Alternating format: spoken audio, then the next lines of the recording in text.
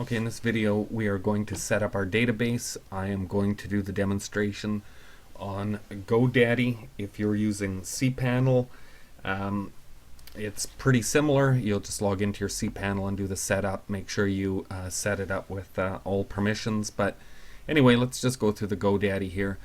First thing I'm going to do is click on my account. The next thing I'm going to do is go over to hosting.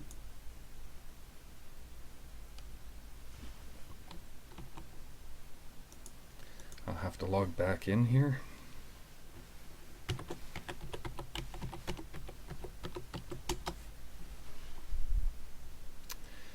And now that we've come to the hosting, we are going to click on the hosting that we're using for our domain.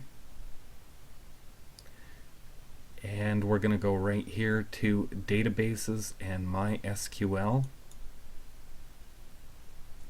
And we're going to click here on create database. We're going to give this a name.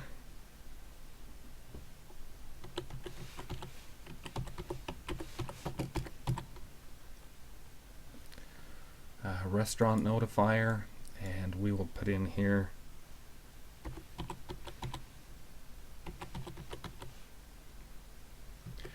we'll give it a database name, and we will give it a database password. We're going to confirm that password,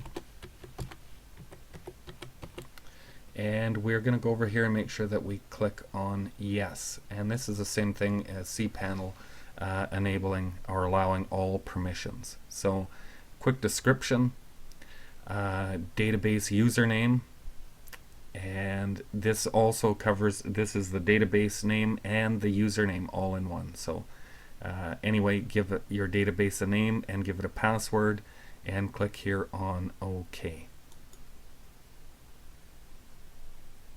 Now this will take a couple minutes to set up, so I will put the video on pause, and as soon as it's set up we'll go in and we will set the database up so that it's going to work with our notifier.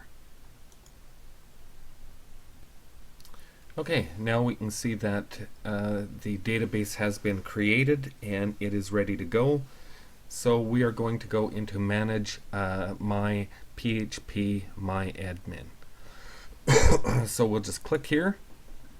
This is gonna open up our page, whatever we called it. I called it Notifier 2. Whoops. And then enter the password you gave it. Hit enter. And here we are inside the database. We'll go over here and click on Notifier 2. And let's click right here. And this is where we're going to get our IP address. We're going to need to save this, and I will just quickly open Notepad. And let's quickly copy this and let's paste it right in here. Whoops. Just go back and quickly redo that. We're going to need this IP address. If you're using cPanel, you will just use localhost. If you're using GoDaddy, non-cPanel, you need to get the IP address. So let's just paste that in here. And we have to put in the database name. Let's just put it in a notepad here. And let's put in our password. And I'll just minimize that.